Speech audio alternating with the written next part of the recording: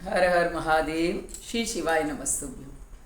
आज पुनः आप सभी लोगों का मेरे YouTube चैनल शिव जगत नियंता में हार्दिक स्वागत है और उम्मीद करती हूँ कि आप सभी लोग स्वस्थ होंगे, कुशल होंगे, जहाँ भी होंगे आनंद में होंगे।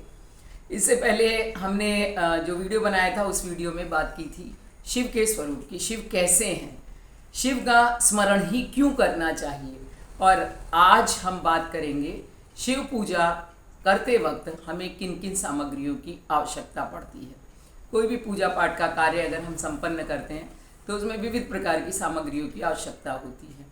ये सामग्रियाँ किस प्रकार का अवसर है उस पर भी आधारित होती है। वैसे तो जैसे मैंने पहले आपको बताया था कि केवल एक लोटा जल से भी महादेव प्रसन्न हो जाते हैं, लेकिन ये हमारा भाव है कि जब भी हम महादेव की पूजा करने के लिए जाएं तो तन मन धन से जो हमारी श्रद्धा है सब उन्हें अपनी अर्पित करें ताकि वो प्रसन्न हो।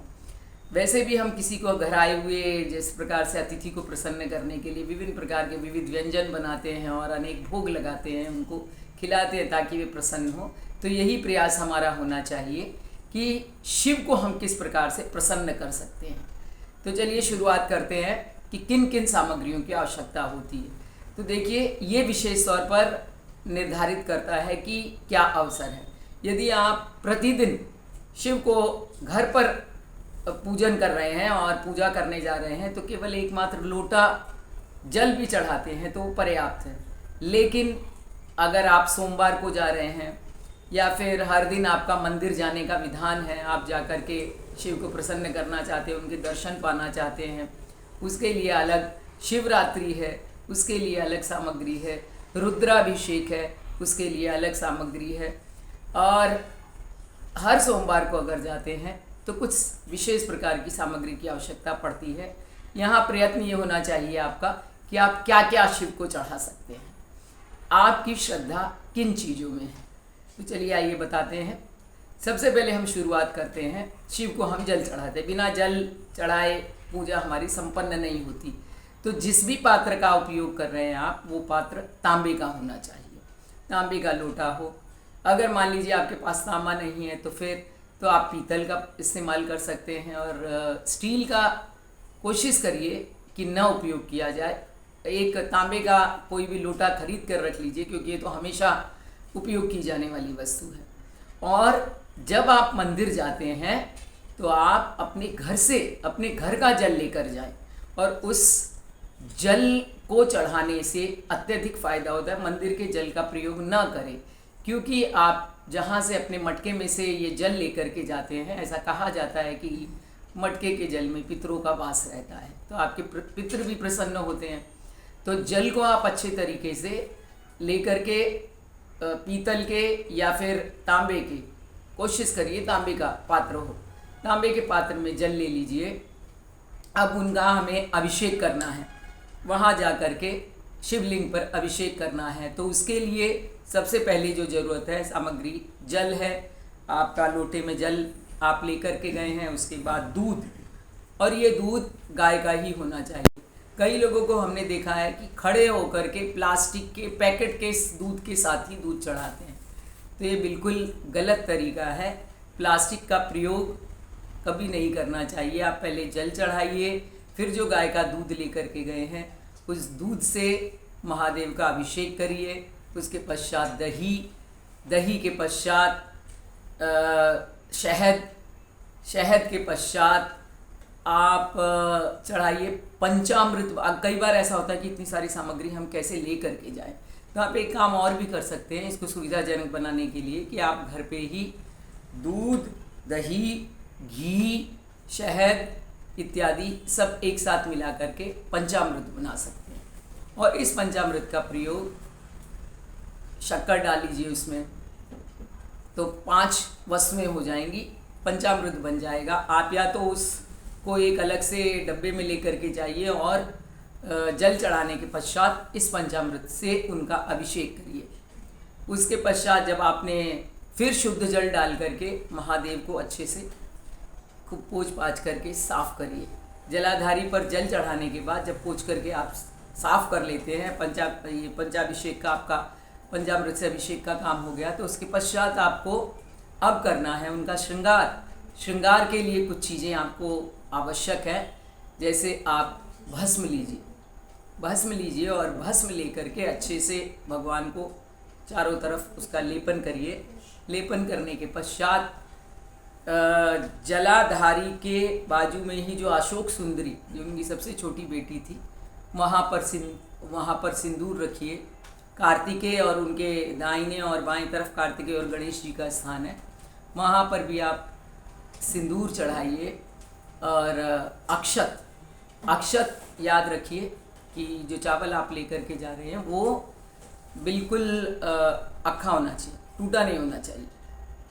अक्षत का अर्थ है जिसका शयना हुआ, तो उस अक्षत को रखिए। उसके ऊपर सुपारी लेकर जाइए, पान लेकर के जाइए।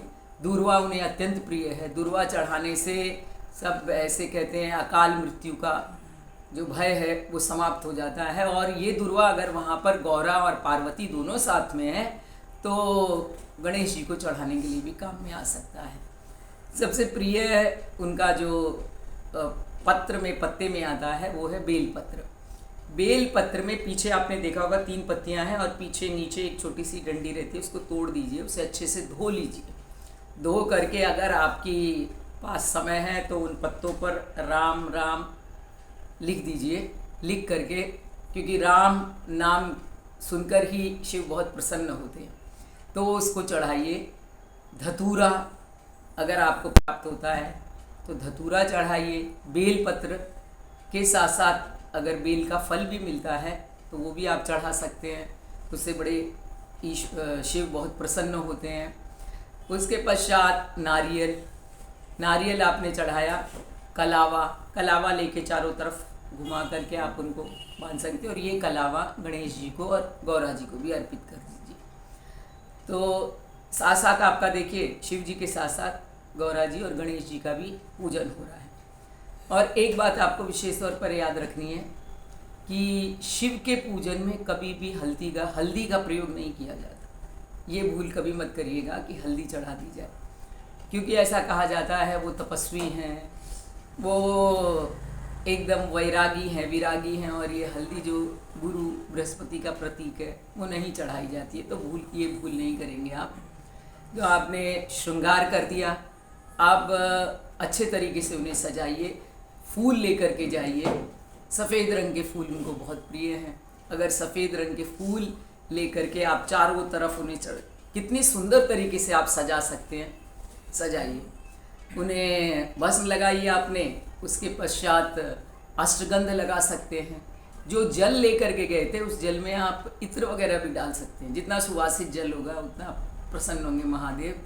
तो जब आपने श्रृंगार कर लिया, चारों तरफ फूल पत्र, बेलपत्र, भांग का, शमी पत्र सब सजा दिया, अब शिव जी तैयार हो गए। अब हमारी बारी है भोग की। तो आप ऋतुफल ले जाइए, नारियल ले जाइए, और कुछ घर से अगर आप बना सकते हैं, यदि थोड़ा हलवा या कुछ भी प्रसाद के रूप में आप बना करके लेके जाते हैं तो बहुत उत्तम होगा। तो वो ले करके जाइए और भगवान को अर्पित करिए। ऋतुफल अर्पित करने के पश्चात अब आती है धूप और दीपक। विशेष तौर पर ऐसा करिए कि अगर आप मिट्टी का दीपक इस्तेमाल कर रहे हैं, प्रयोग कर रहे हैं, तो वो एक ही बार किया जाना चाहिए, क्योंकि मिट्टी से बनी हुई कोई भी चीज़ रहती है, एक बार प्रयोग हो जाने के बाद वो अशुद्ध हो जाती है। तो फिर आप अगली बार जब जाते हैं तो दूसरा दीपक लेकर जाइए, या तो किसी धातु का लेके जाइए। धातु का नहीं है तो घर से आप आटे का भी दिया बना करके लेकर जा सकते हैं। उसमें इस्तेमाल की जाने वाली बत्ती जो है वो गोल भी हो सकती है, लंबी भी हो सकती है। अगर लंबी है तो याद रखिए 2 बत्तियों को एक साथ मिला करके एक बना लीजिए और चढ़ाइए। और चढ़ा करके धूप दिखा दिया आपने, नैवेद्य दिखा दिया, और आपने अब उसके पश्चात आरती खूब प्रेम से, श्रद्धा के साथ घंटी इत्यादि का वादन करते हुए शंकर जी की आरती करिए। आरती खत्म हो गई, क्षमा याचना कीजिए।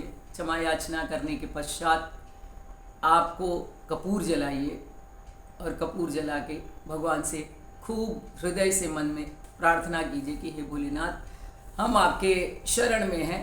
जितने में हमारे सारे कष्ट हैं, इन कष्टों को हर करके आप अपनी भक्ति और प्रगति, भौतिक प्रगति में हमें आगे बढ़ाए, सहयोग दे। जब ये हो जाता है तो उसके पश्चात आप क्या करिए कि मंदिर में ही बैठकर, एक्चुअली ऐसा नहीं होता है कि आपने जल्दी जल्दी पूजा ख़त्म किया, ये केवल एक औपचारिकता नहीं है। जब हम पूजा करते हैं तो वो हमारे बहुत दिल से होनी चाहिए, श्रद्धा से होनी चाहिए कि हम शिव को खुश करने के लिए गए हैं, क्या हम इनके लिए कर सकते हैं। तो प्रेम से बैठ कर के वहाँ ओम नमः शिवाय, श्री शिवाय नमस्तुभ्यम, शाम सदा शिव की एक माला कर लीजिए। माला करने के पश्चात नमस्कार करिए। ये तो हो गया आपका जनरली रूटीन। शिवरात्रि के दौरान या रुद्राभिषेक के दौरान विशेष प्रकार की कुछ सामग्रियों का प्रयोग किया जाता है, जिसका अलग से एक वीडियो बनाया जाएगा और आपको बताया जाएगा। भस्म उन्हें बहुत प्रिय है, लेकिन एक चीज़ आपको याद रखनी है कि भस्म यदि आप घर पर तैयार करते हैं तो ज़्यादा बेहतर होगा। तो कैसे बनाई जानी चाहिए भस्म, तो उसके बारे में शिव पुराण में वर्णन आता है कि कपिला गाय के जो उपले या कंडा जिसको कहते हैं, उसको जलाकर शमी का, पीपल का जो लकड़ियां हैं उसके साथ में उसे जला करके जब हम उसकी राख को अच्छे से छान लेते हैं, छान करके तो ये भस्म तैयार हो जाती है। ये पूरी तरह से शुद्ध है। आप उसका प्रयोग अपने घर पे भी कर सकते हैं। अगर मंदिर में जाते हैं तो मंदिर में तो शिव के साथ साथ आप भी त्रिपुंड धारण करिए, देखिए कितना आनंद आता है, शिवमय हो जाएंगे आप भी। तो और कुछ चीज़ें, कुछ पत्तियाँ उन्हें विशेष प्रिय हैं, जैसे भांग की पत्ती बहुत प्रिय है उन्हें, आम का पत्ता, पीपल का पत्ता। पीपल का पत्ता जब हम प्रयोग करते हैं उन पे चढ़ाने के लिए तो पितृदोष, इसमें तीनों ब्रह्मा विष्णु महेश तीनों रहते हैं, तो सब कहते हैं कि ऐसा तीनों प्रसन्न होते हैं। और बेलपत्र तो बहुत ही प्रिय है उन्हें, तो कोशिश करिए। कई बार ऐसा होता है कई सीज़न में कि हमें बेलपत्र प्राप्त नहीं होते, तो क्या किया जाए।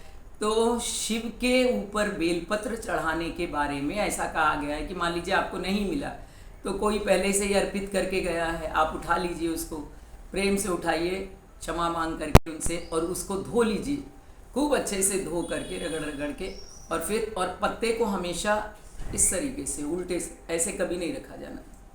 तो इस तरीके से आप अर्पित करिए, शिव को अर्पित करिए। बीच में जो अशोक सुंदरी है, कार्तिकेय और गणेश जी की जगह है, वहाँ पर अर्पित करिए।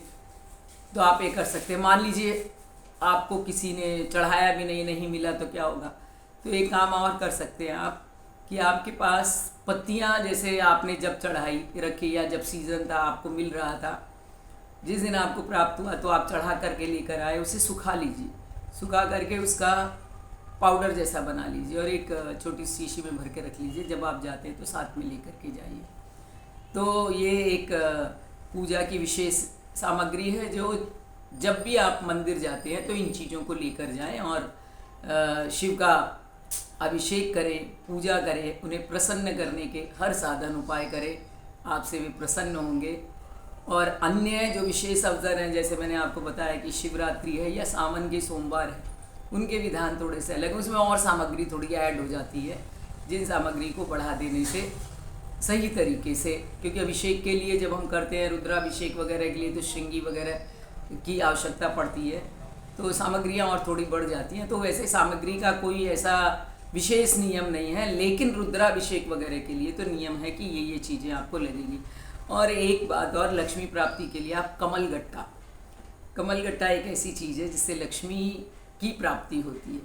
तो कमलगट्टा आप उनको, कमलगट्टे का वो चढ़ा सकते हैं, आप उनको अक्षत चढ़ा सकते हैं, दुर्वा चढ़ा सकते हैं, बेलपत्र चढ़ा सकते हैं, भांग की पत्ती चढ़ा सकते हैं, शमी की पत्ती चढ़ा सकते हैं, भस्म लगा सकते हैं, और बड़े श्रद्धा भाव से नमस्कार करके आप प्रार्थना करिए उनसे दिल से कि हे शंभू, मेरी इतनी यथाशक्ति तथा भक्ति, इतनी ही मेरी कर पाने की सामर्थ्य शक्ति थी, आप इसे स्वीकार कीजिए और मुझ पर दया करिए, अपनी करुणा बनाए ले।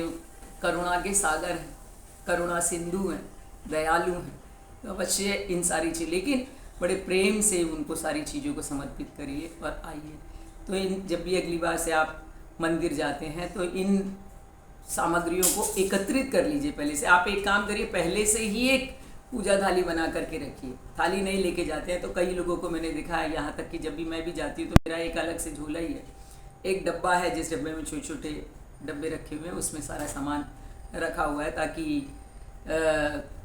किसी चीज़ की कमी ना पड़े। उड़द भी चढ़ा सकते हैं, गणेश जी को मूंग चढ़ाया जा सकता है। तो आप अपना प्रयत्न करिए और इस तरीके की छोटी छोटी जानकारियों के लिए, शिव से संबंधित जानकारियों के लिए आप मेरे चैनल को लाइक करिए, कमेंट भी करिए और सब्सक्राइब करिए। तो फिर मिलेंगे हम किसी नई जानकारी के साथ। हर हर महादेव। श्री शिवाय नमस्ते।